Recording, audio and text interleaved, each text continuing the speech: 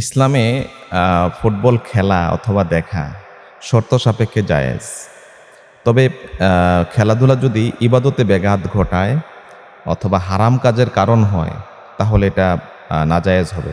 সারা দুনিয়ার সমস্ত ইসলামিক স্কলারগণ এবং ফতুয়া বোর্ডগুলোর দেওয়া মতামতের ভিত্তিতে আ যেই শর্তগুলো তারা আরোপ করেছেন, সেগুলো হচ্ছে শারীরিক উপকারিতা থাকতে হবে। যেমন শারীরিক সুস্থতা বা মানসিক ক্লান্তি দূর করার নিমিত্তে যেই খেলা হয়, ওই খেলাগুলো জায়েজ।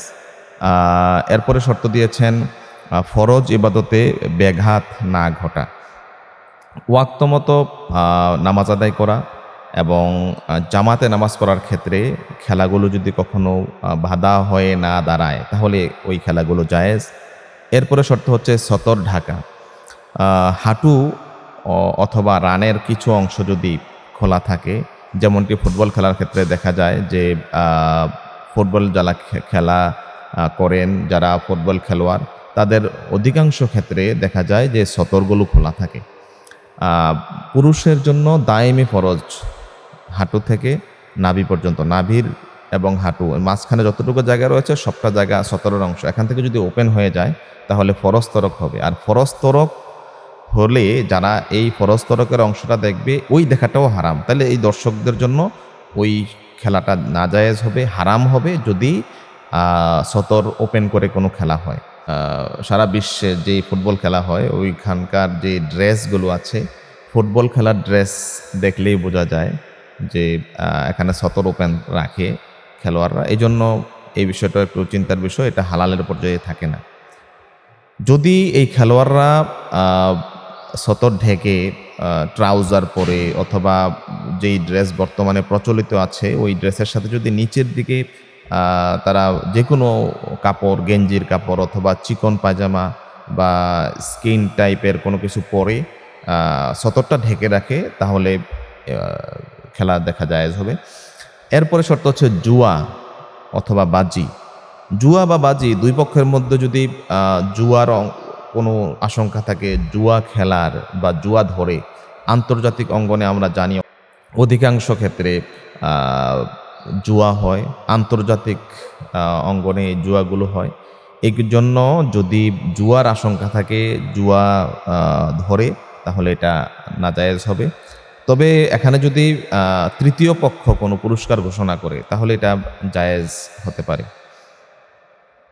এরপরে শরীয়ত বিরোধী বিষয় যদি না থাকে, তাইলে এটা জায়েজ হবে। যেমন যদি অশ্লীলতা থাকে অথবা গান বাদ্য হওয়ার সম্ভাবনা থাকে, এরপরে নারীদের অংশগ্রহণ থাকে, নারী পুরুষ একসাথে ফ্রি মিক্সিং হয়ে গ্যালারিতে চলে আসে, তাহলে এটা জায়েজের পর্যায়ে থাকে না, হারামের পর্যায়ে চলে যায়। আমরা যেমনটি বর্তমান পৃথিবীতে দেখে থাকি, যখন বিশ্বকাপ ফুটবল খেলা অথবা ক্রিকেট খেলা বা বড় কোনো খেলার আসর যখন শুরু হয়, তখন দেখা যায় যে গান বাদ্যের আয়োজন করা হয়। এইজন্য এটা জায়েজের পর্যায়ে আর থাকে না।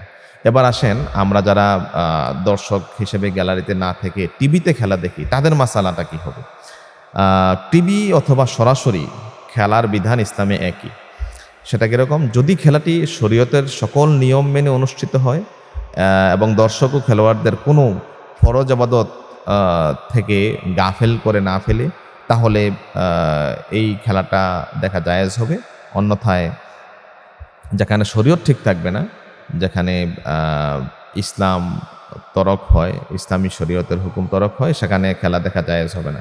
এজন্য আমাদেরকে এই বিষয়টা ভাবতে হবে। আমরা যেকোনো আ কর্মে, যেকোনো কাজে আমরা মনোনিবেশ করতে পারি না, যেটা ইসলাম অনুমোদন করে না। সুতরাং আমাদেরকে এখনই ভেবে দেখতে হবে যে আমরা কোন খেলা দেখব, কোনটা দেখব না। তবে এখানে আ নবীজি সাল্লাল্লাহু আলাইহি ওয়াসাল্লাম শারীরিক সুস্থতা এবং বিনোদনের জন্য, খেলাধুলার জন্য নবীজি নিজেও উৎসাহ দিতেন এবং তিনি সাহাবীদের খেলাধুলা নিজ চোখে তিনি আ দেখেছেন। এরপরে নবীজি সাল্লাল্লাহু আলাইহি ওয়াসাল্লামের যুগে তীরন্দাজ আ তীরন্দাজি, দৌড় প্রতিযোগিতা এবং কুস্তির মতো খেলাগুলোর প্রচলন আমার রাসূলের জমানায় ছিল। নবীজি সাল্লাল্লাহু আলাইহি সাল্লামের সামনে যে সমস্ত খেলাগুলো হয়েছে, এর মধ্যে তীরন্দাজ যারা ছিল তারা অশ্বারোহণ করে তারা ঘোড় দৌড়ের প্রশিক্ষণ নিত। এরপরে নবীজি সাল্লাল্লাহু আলাইহি ওয়াসাল্লাম নিজেও অনেক সময় উপস্থিত থেকে তাদেরকে উৎসাহ দিতেন। দৌড় প্রতিযোগিতা আনাস রাদিয়াল্লাহু তাআলা আনহু থেকে বর্ণিত হাদিস আছে যে একদিন আনসারী সাহাবী আ দৌড় প্রতিযোগিতায় খুব পারদর্শী ছিলেন। তাই এই দৌড় প্রতিযোগিতায় নবীজির কাছে অনুমতি চাইলে নবীজি সাল্লাল্লাহু আলাইহি ওয়াসাল্লাম সেই অনুমতি দিয়েছেন।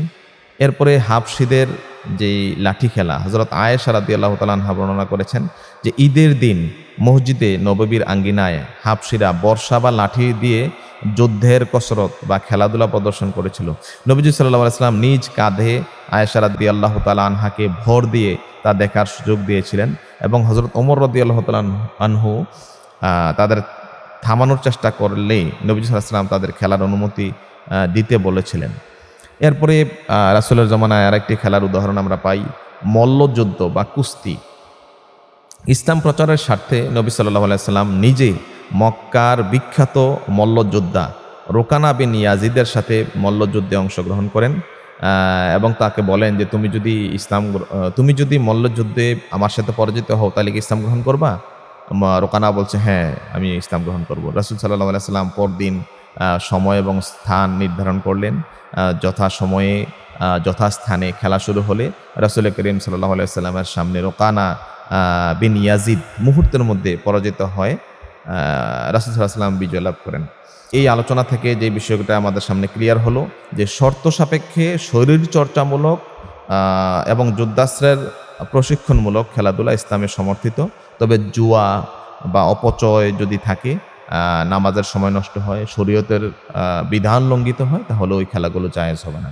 তাহলে আমাদের দেশে যেই খেলাগুলো আছে ফুটবল, ক্রিকেট, ক্যারাম বোর্ড, এরপরে তাস খেলা, এরপরে দাবা খেলা, যত খেলা আছে আপনি ইসলামে স্পেসিফিক কোনো খেলার কথা বলে নাই, জাস্ট বিধানটা বলে দিয়েছে যে শরীয়ত লঙ্ঘিত হয় না এমন খেলা জায়েজ। আল্লাহ রাব্বুল আলামিন আমাদেরকে বুঝার তৌফিক দান করুক।